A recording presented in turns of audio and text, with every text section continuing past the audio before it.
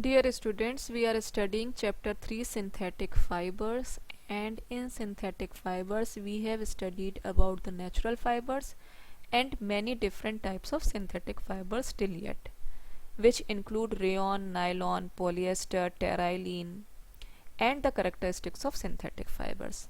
Now we will study about plastics. So what are plastics? Plastics are synthetic materials. Plastics भी synthetic material होते हैं. वो man made है. It is not found in nature. So they are polymers of synthetic fibers. They are made up of chain of many small units joined together to form a large single unit.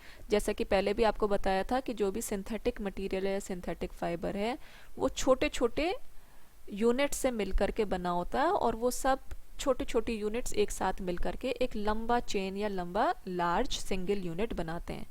जिन छोटे units को हम क्या कहते थे? They were known as monomer. They are combined together to form large polymer.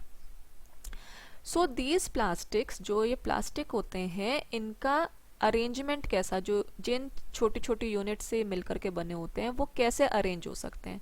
या तो वो arrange हो सकते हैं लीनियरली, जैसे यहाँ पे आप देख रहे हो, there is a linear arrangement of the small units. These are the small monomers, okay, and then they combine together to form a large polymer, okay. And since this arrangement is in a straight line, ये एक straight line का structure दिख रहा है हमको, तो this type of arrangement is known as linear arrangement. और कुछ प्लास्टिक्स ऐसे होते हैं जिनमें की अरेंजमेंट जो होता है छोटी यूनिट्स का कैसा होता है? क्रिस क्रॉस टाइप का होता है, क्रॉस्ड अरेंजमेंट होता है. जैसे like here you can see many different small units, that is monomers, are combining together with each other in cross linked arrangement. एक दूसरे के साथ क्रॉस बना करके एक दूसरे से लिंक हो रखी हैं. So this type of arrangement is known as crossed link arrangement. Fine. Now plastics can be molded in different shapes, okay. We all know, हम लोगों के घरों में कितने सारे आइटम्स ऐसे हैं जो कि प्लास्टिक के बने हुए हैं और हर किसी का शेप डिफरेंट है. जैसे कि it can be rolled into thin sheets, it can be made into wires. Wire के फॉर्म में हो सकता है, ये बकेट्स के फॉर्म में हो सकता है, मग्स के फॉर्म में हो सकता है, बॉटल्स के फॉर्म में, टॉयज, आपके शूज़, आपका पॉलीथीन बैग, आपके घर में जो टेबल चेयर है वो भी प्लास्टिक की हो सकती हैं, इजंट इट. सो प्लास्टिक को हम डिफरेंट कलर्स भी दे सकते हैं, उसको मोल्ड भी कर सकते हैं डिफरेंट शेप्स में. और कुछ प्लास्टिक्स ऐसे भी होते हैं जो कि रिसाइकिल भी किए जा सकते हैं. वैसे तो मोस्टली ज़्यादातर plastics which we are using, they are not, we are not able to recycle them, but nowadays such type of plastics are coming which can be recycled, so they are environment friendly also.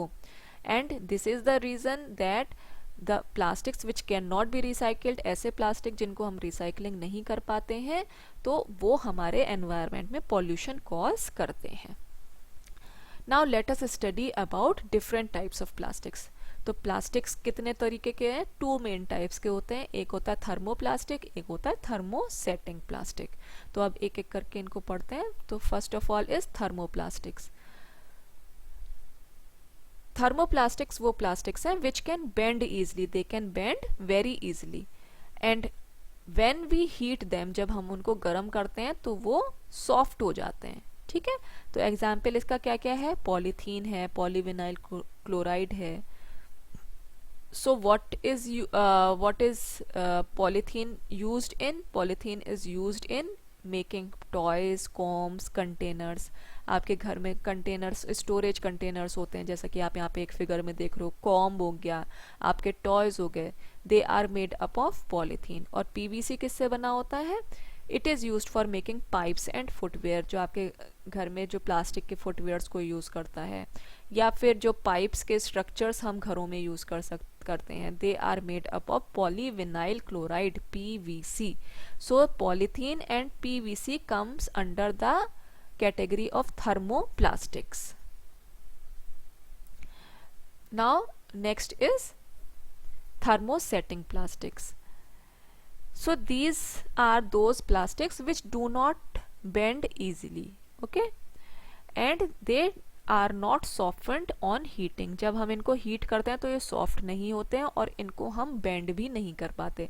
जैसे कि आपने for example अपने घर में kitchen में cooker का handle देखा होगा, फ्राइंग पैन का हैंडल देखा होगा, आयरन का देखा होगा कि हम जहाँ से आयरन को पकड़ करके आयरन करते हैं ना, तो ये सारे पार्ट्स भी they are made up of plastics. और क्या ये बेंड हो सकते हैं? No, it can not be bend. And क्या अगर इनकी हीटिंग करी जाएगी तो ये सॉफ्ट हो पाएंगे? No, not at all, isn't it. जो आपके घरों में स्विचेस होते हैं, जैसा कि यहाँ पे एग्जाम्पल दे रखा है स्विच का, आयरन का, प्रेशर कुकर का, फ्राइंग पैन का, the handles are they are made up of the material आपका थर्मोसेटिंग प्लास्टिक से बना होता है। तो थर्मोसेटिंग प्लास्टिक किस किस तरीके के हो सकते हैं? एग्जाम्पल बेकेलाइट हो सकता है, मेलामाइन हो सकता है। तो let us study about bakelite first. तो बेकेलाइट कहाँ कहाँ पे यूज़ किया जाता है? प्रेशर कुकर में, फ्राइंग पैन्स के हैंडल में, इलेक्ट्रिक आयरन के हैंडल में, इलेक्ट्रिकल स्विचेस को बनाने में। Why? Because it is poor conductor of heat and electricity. So bakelite अपने अंदर से इलेक्ट्रिसिटी और हीट को पास नहीं होने देता है, that is why it is poor conductor of electricity and it can be easily used for making electrical switches, handles of electric iron, pressure cooker and frying pan. Now let us study about melamine. अब आपने अपने घर में देखा होगा plastic की plates रहते हैं, कप्स रहते हैं, बाउल्स रहते हैं, isn't it? So what it is made up of? It is made up of melamine. वो भी प्लास्टिक का ही बना हुआ है, बट प्लास्टिक में भी कौन सी कैटेगरी का बना हुआ है? मेलामाइन कैटेगरी का। So it is resistant to fire, इसमें फायर नहीं लगती है। ये हीट के भी रेजिस्टेंट है, हीट भी ये ज़्यादा जल्दी नहीं होता है।